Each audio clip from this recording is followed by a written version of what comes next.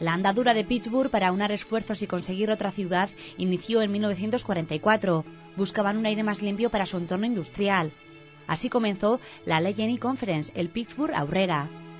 Desde entonces han diversificado su economía, transformando sus empresas, les han dado una proyección internacional siempre bajo una clave de sostenibilidad y siempre teniendo en cuenta la opinión de sus ciudadanos. La clave es querer conseguirlo y aunar esfuerzos con el sector público y privado. En esa clave también está Gipuzkoa Aurrera. Si alguna lección debemos recoger de la tradición que representa, en este caso, la experiencia de Pittsburgh y su Allegheny Conference, es que necesitamos reducir la distancia entre lo público y lo privado, generando un espacio compartido no solo de acción, sino también de decisión. Las instituciones estamos obligadas a tratar con menos recelos a las empresas y corporaciones privadas. En estos años, en la Allegheny Conference han convencido a las instituciones políticas para que se implicaran en los proyectos económicamente y legislativamente.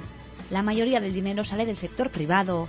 La gran mayoría de los proyectos son financiados por el sector privado, pero intentamos convencer al sector público que creemos en nuestras ideas. Su próximo reto es acoger la siguiente reunión del G20, a pesar de no ser capital de su estado, Pensilvania.